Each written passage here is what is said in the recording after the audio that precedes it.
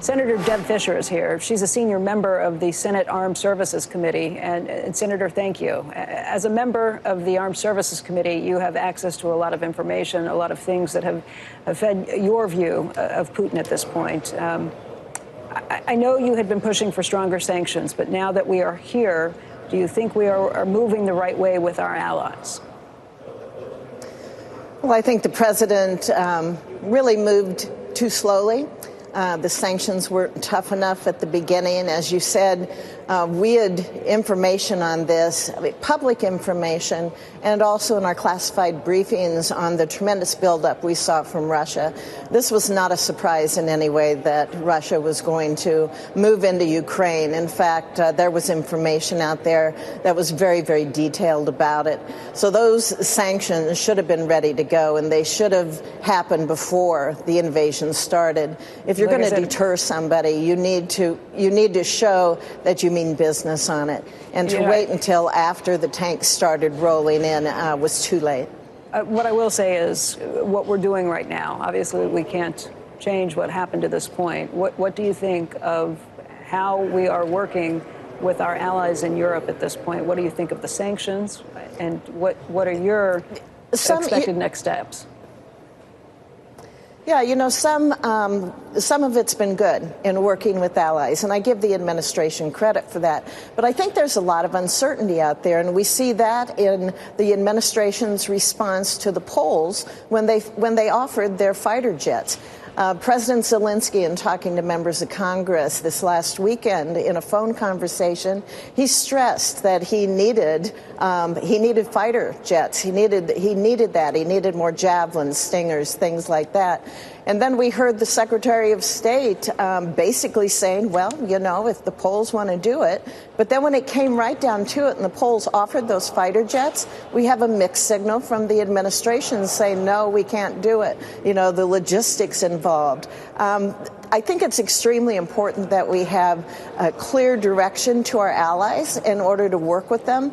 You know, we've seen the administration previously in Afghanistan and the blunders there in trying to catch up our allies to what was going on. And it really showed, I personally think, incompetence. So I don't want that uncertainty to continue here with Ukraine.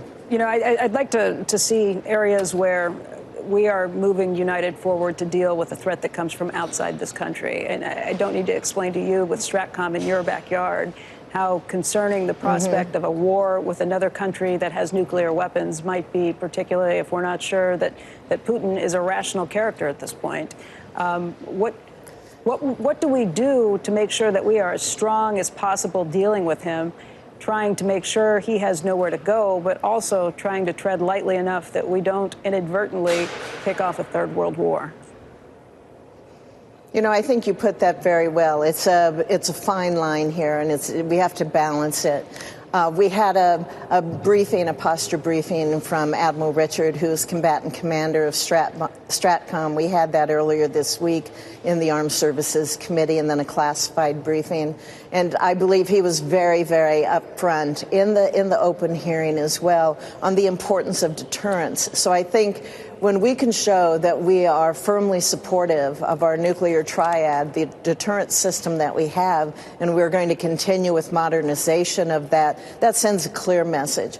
Deterrence is important across the board. It underpins every strategic decision that the Department of Defense makes. And so I think the clarity that Admiral Richard offered, the clarity that I continue to express on that, and my colleagues across the board. Chairman Jack Reed, a Democrat who chairs the Armed Services Committee, is very, very strong when it comes to our triad and the deterrence necessary to keep peace in this world. So I think that is obviously somewhere that we need to continue to be strong on, stand firm, and make it very, very clear to Putin and to any other adversary that we recognize the importance of deterrence in protecting our homeland, but also for our allies who are under that nuclear umbrella that we have. Georgette Mossberger, the former ambassador to Poland, was with us earlier this morning, and she suggested that you would never want to use the word appeasement, but her idea of compromise here would be something like agreeing that Ukraine would not be admitted to NATO anytime soon, even giving up the territories in the eastern part of Ukraine where the separatists had kind of engaged, those two areas. Is that something that you think is a good idea, or would that encourage Putin too much, reward him for the incredibly awful human behavior that he's exhibited to this point? I think it would reward a war criminal. Ukraine is a sovereign nation. They are showing courage. We are all inspired by the courage they have.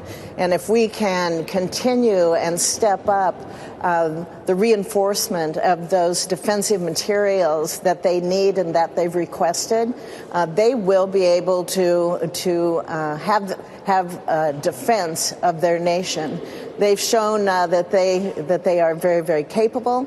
They have shown that they have the will to fight, and they have shown what really what a war criminal looks like in this day and age.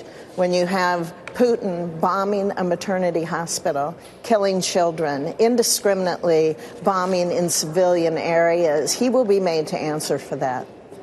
I hope so.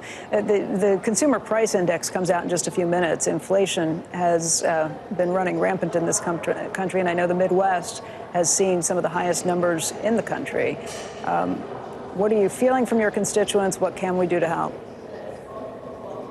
You know, my constituents are really frustrated. Inflation is the #1 issue I hear about, whether it's from farmers who have looked at 200% increases in fertilizer costs as they're trying to make planting plans for spring, whether it's people on a fixed income or seniors who are seeing their energy prices go up, families trying to buy groceries.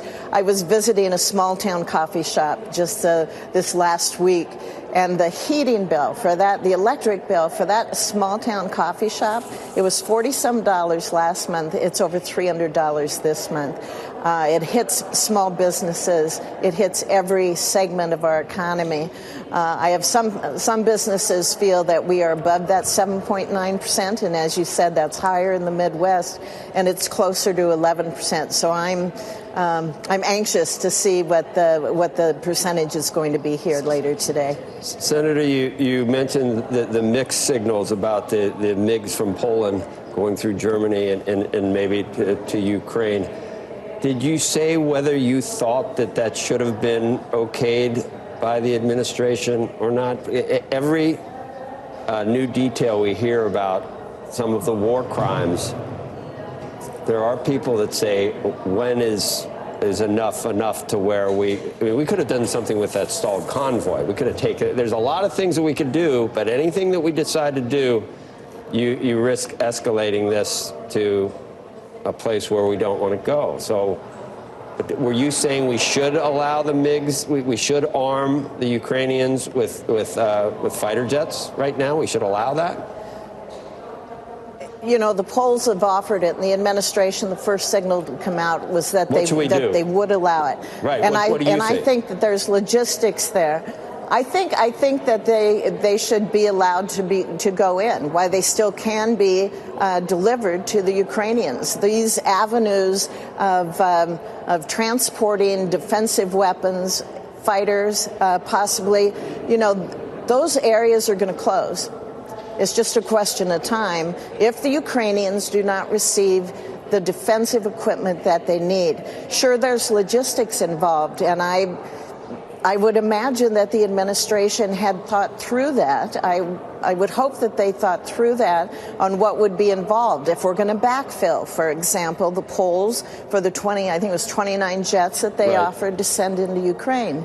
You know, but those are decisions that I think would be helpful, not just for Congress and our classified briefings, but for the people of this country to be able to understand what's happening. First of all, I am a strong supporter of, when possible, to be able to declassify some material so that we can explain to the citizens of this country the threats that we face, the threats we're looking at in Europe right now, and what the options are and how some decisions are made. Some of that can be declassified, and I think we would have more support for actions taken by the administration if that information would be available, not just to Congress, hopefully to Congress, but especially to the people of this country.